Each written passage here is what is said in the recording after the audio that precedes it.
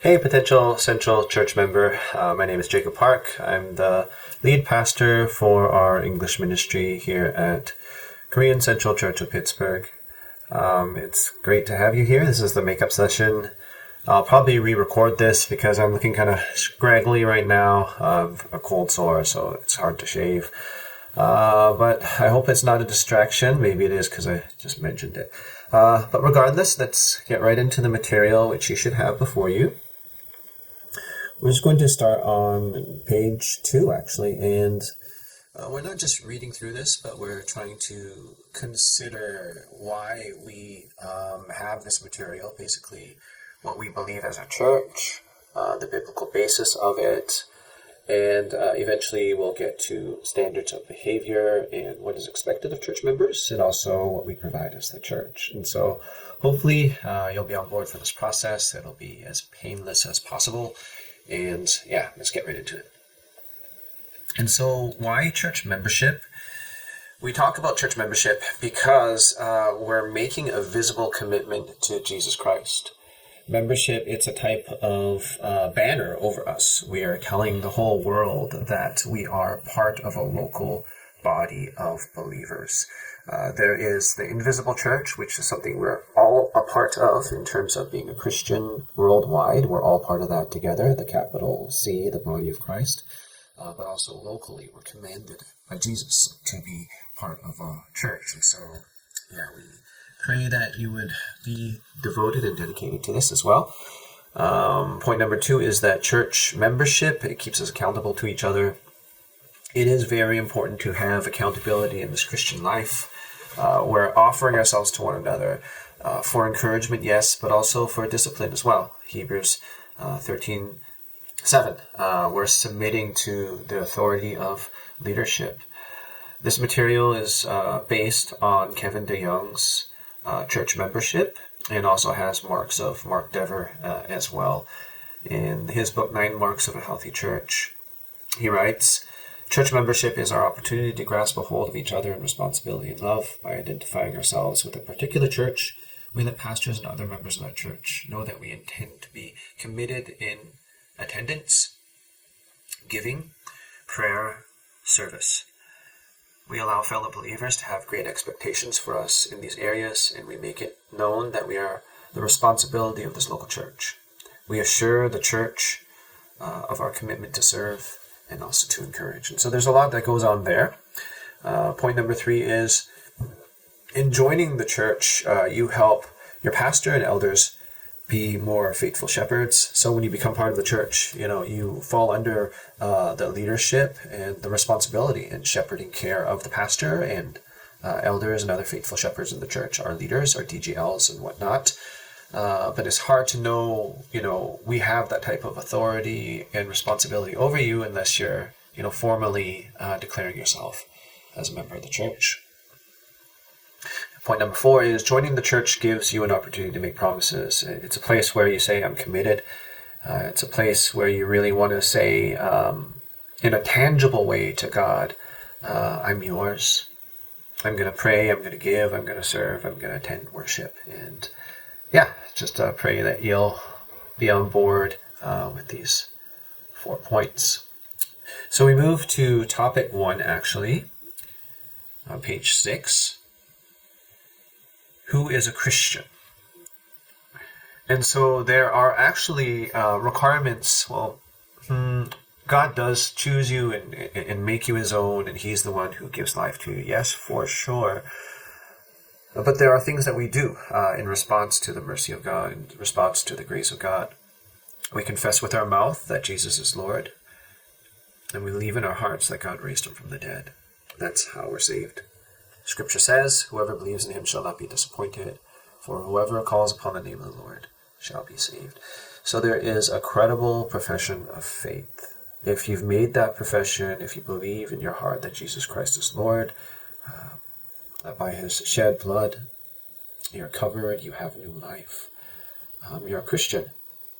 But if you're a Christian, it requires that you join a church. The next point, membership requires a credible profession of faith in Jesus Christ. I believe in Jesus Christ. We do go through the points of Calvinism here.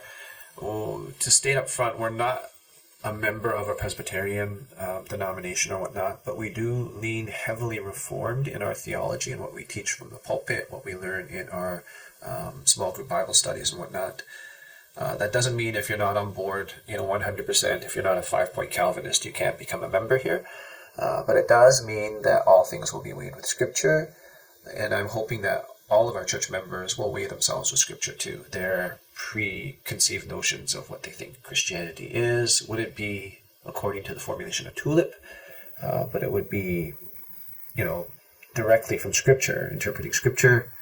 And I've found 90+% of the time, at least in my own heart, in my own mind, that when you interpret Scripture with Scripture, you line right up with Reformed theology anyways. But we go to Scripture first. And Scripture says that we're unable to choose God by ourselves, that God chose us, that apart from God's grace, we are objects of God's wrath.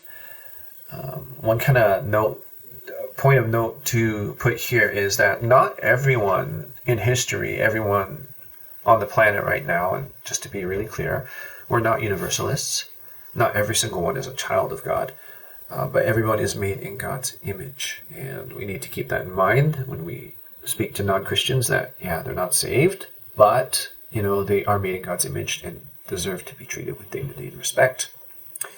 The question that we ask here in the gray on page 7, if you could respond yes to, I'd really appreciate holding you accountable. Do you acknowledge yourself to be a sinner in the sight of God, deserving his displeasure and without hope, save in his sovereign mercy? If you can answer yes, that's great. That means you're a Christian. What we believe, point 2, is, again, harkening back to Reformed theology. I used to love theology textbooks. I'd read them for fun and whatnot. Total nerd and those types of things. But as I got a bit older, I realized, we need to hit the Word of God first. Again, it just lines right up with what I've read regardless. But so we're not being dogmatic here, but again, we're stating what we believe, but it's according to the Bible, not according to Calvin. Not by works. We can't become righteous by obeying the law and earning our salvation, singular. You're saved once. Calvinism, right? We're saved by faith and repentance, not by how good we are, but by putting our trust in what God has done, by putting our faith in what he has done, acknowledging that we're sinners and turning away. The next gray section in, page 8, no gray section yet, is it's by Jesus Christ we're saved. Point 3. And his person is full deity and also full humanity. There are cults out there that fall kind of in the line where it's only deity or it's only humanity. We're not going to teach that here. We're going to delve into it into why we don't. Maybe in your DGLs or maybe from the pulpit one day. Personal study, I hope. But we can see that Christ is fully man and fully God. It's by his redemptive word that we're saved. His obedience on the cross, we talk about that, his death on the cross, he suffered on the cross, and also the perfect life that he lived. So the wrath that he bore, that was external, and the perfect life that he lived. And finally we get to the gray section, page 10, if you can answer another question here. Do you believe in the Lord Jesus Christ as the Son of God, the Savior of sinners? And do you receive and rest upon him alone for salvation as it's offered in the gospel? The answer is yes. That is amazing. He is resurrected Lord. We see it in point C. And we need to answer, do you now in humble reliance of the grace of the Holy Spirit commit your whole life as a subject of Jesus Christ? You should have answered yes to these questions before starting off on this membership course, but we are integrating this membership course with baptism. Maybe someone hasn't made a profession of faith yet publicly, and that's a great place to do that if you're in that camp. But from what I know, according to the people in membership this time, you're already Christians, and you want to transfer your membership to this church. Let's move to topic 2, and we'll breeze through this one because I'm taking too long. What is the church? Well, the church is the body of Christ, simply. We talked a little bit earlier about the invisible church versus the visible church. The invisible church is every true Christian from every age. It's everyone who's a Christian, part of the body. The visible church is the actual church where we are right now, physically. It's the church as we see it. There are 3 marks of a church. So we preach the Word of God and the Word of God alone. We don't bring in all of these other things. We can bring in things to supplement, but the Word of God is essential. We partake of the sacraments together, remind us of who we are in Jesus Christ and who Christ is, of course. And we also practice church discipline, which we'll get into later. The Word of God, mystery of the Word, it's the Bible. We believe that the Bible is the Word of God. It is inspired, inerrant, infallible. Many traditions look at inerrant and infallible as the same. There are nuances that are a little different. Inerrant doesn't mean, there's no errors whatsoever in terms of grammar. And you read the ESV, there's grammar errors everywhere. I'm sorry, ESV guys. It's a very good translation, keeps the true meaning, but it doesn't read very well, it doesn't flow. Sometimes it misses the English language by a bit. Not that I can be the ultimate judge, but read it, you'll totally see what I see at times. But we trust that it's God's Word. It's exactly what we need to hear, preserved in a perfect way that we need to understand. The ministry of the sacraments is simply baptism and the Lord's Supper. Baptism, I've been trained and served as a Baptist. I'm ordained a Baptist minister. I served in Baptist churches for, close to 20 years. Presbyterian churches for probably about 5 in total. But I do lean heavily Baptist in terms of baptism, in terms of dunking. But our church practice, as relegated, I guess, by the elders and whatnot session, it is to sprinkle. And I will submit to that because we see the same meaning in baptism. You're professing your faith in Jesus Christ. You see how your sins are washed away, that you're given new life. You're making a public profession of faith. Baptism, it's something that every Christian needs to do. It's commanded. Another thing is, I would like to say dunking, but again, that's a hill that we'll fight on another day, probably in the future. The Lord's Supper, it's a sacrament that seals our union in communion with Jesus Christ. We not yet, we don't practice it every month, but we'll probably move in that direction maybe once every 2 months at first. The reason being is it's so symbolic. It's that reminder that we are Christ Jesus. We're part of that same body that was broken, representing Jesus Christ here on the earth. We remember the blood that was shed and poured out, and we're proclaiming to the world that we're going to live for Him, remembering Him until the day He returns. Discipline, this is very important as well. We need to realize that as Christians, we're all fallible. As Christians, we make mistakes. If we do things in a general sense where if we're hurting other believers, or if we're stating the representation of Christ by the way we live, we need to talk. We'll have a more in-depth session of this probably 2 sessions from now, but we need to realize that the church discipline does have a goal. It's not just to rebuke, it's not just to say, you're a bad person, but really as a Christian, we're representing Christ, and as a member of the church, you're representing the church as well.